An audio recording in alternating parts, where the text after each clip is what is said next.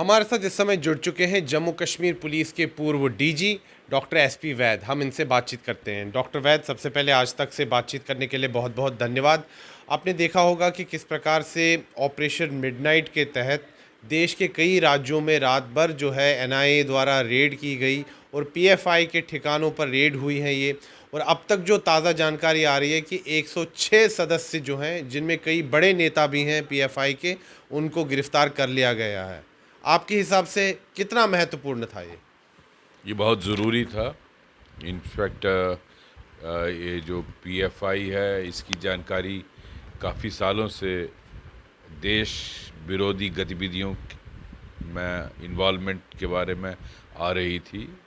और ये कुछ साल पहले सिर्फ केरला और तमिलनाडु साउदर्न स्टेट्स में ही इसकी इन वहाँ इसका नेटवर्क था।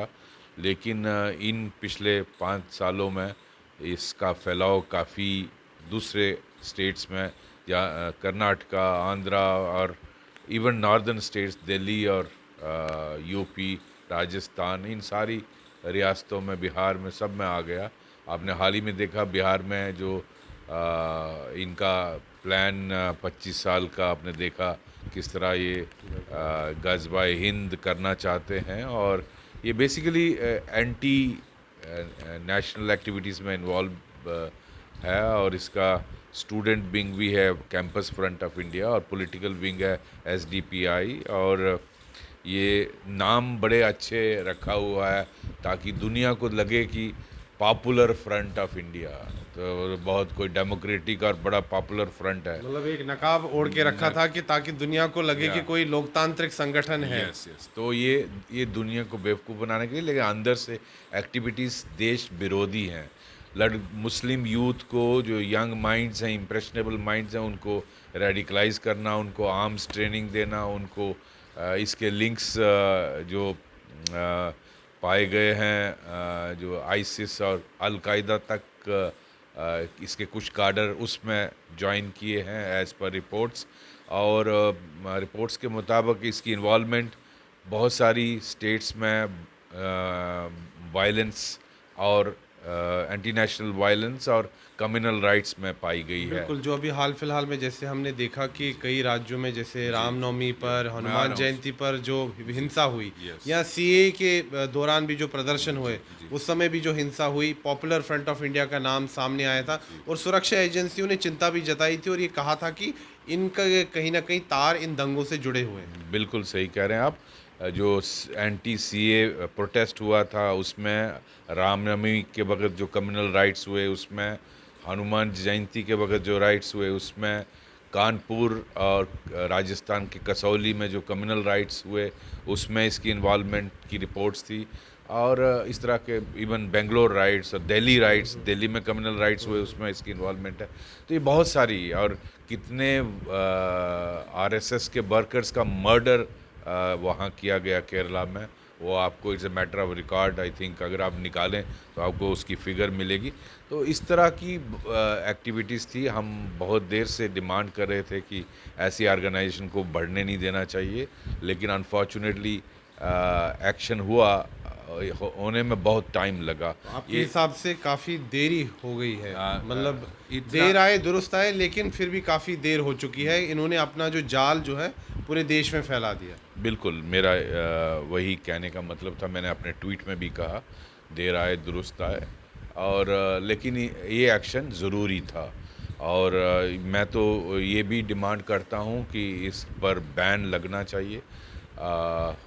और उसके जितने भी एसेट्स हैं और इसके अकाउंट्स हैं उनको सीज़ करना चाहिए। वो मुझे उम्मीद है जो एनआईए और ईडी लगे हैं वो इस पे कार्रवाई करेंगे।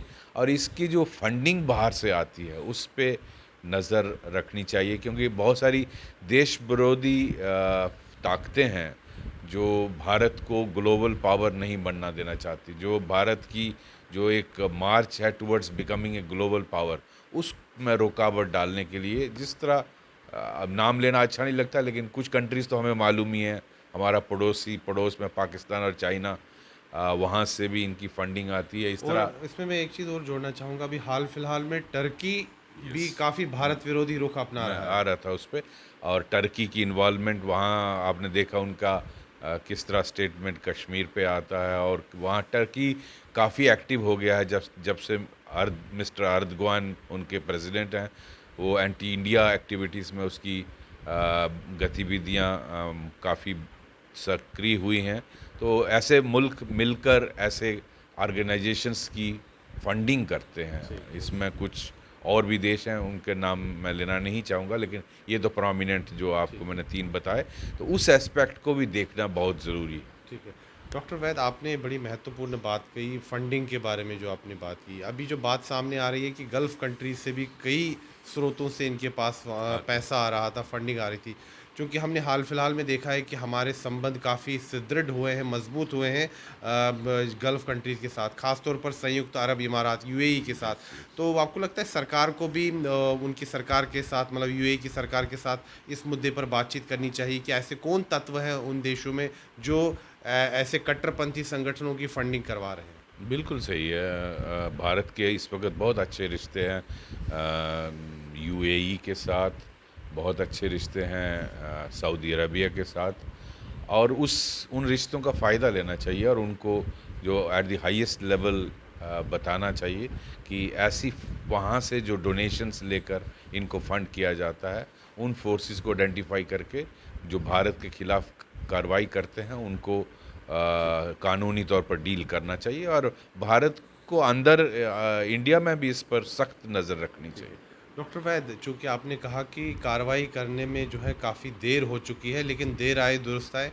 आपके हिसाब से इतनी देरी क्यों हुई? क्योंकि सुरक्षा एजेंसियाँ भी जो हैं बार-बार ये चेता रही थी सरकार को कि पीएफआई की जो इन्वॉल्वमेंट है वो कहीं न कहीं दंगों से जुड़ी हुई है, लेकिन कार्रवाई होने में इतना समय क्यों लगा?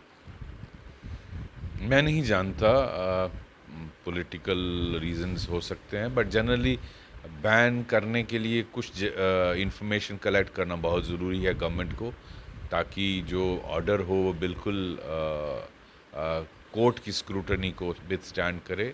और इस आपको मालूम है इनकी फंडिंग बाहर से आती है, और ये कितने बड़े बड़े लायर खड़े करते हैं, इनके पास पैसा होता है।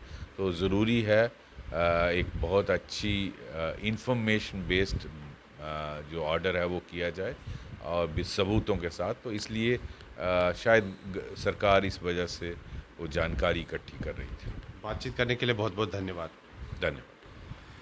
तो ये थे जम्मू कश्मीर पुलिस के पूर्व डीजीपी डॉक्टर एसपी वैद, और साफ तौर पर उन्होंने कहा कि पीएफआई एक कट्टरपंथी संगठन है और बार बार पीएफआई का नाम दंगों से जुड़ा हुआ पाया गया है। अब देर आए दुरुस्त आए, इन्होंने कहा है कि जो कार्रवाई हुई है पीएफआई के खिलाफ वो स्वागत योग्य कदम है, लेकिन इनका कहना है कि इसी पर नहीं रुकना होगा। अब सरकार को बड़ी गंभीरता के साथ इस मुद्दे पर सोचना होगा कि जल्द से जल्द पीएफआई पर प्रतिबंध भी लगाना होगा। सुनील भट्ट, जम्मू, आज तक।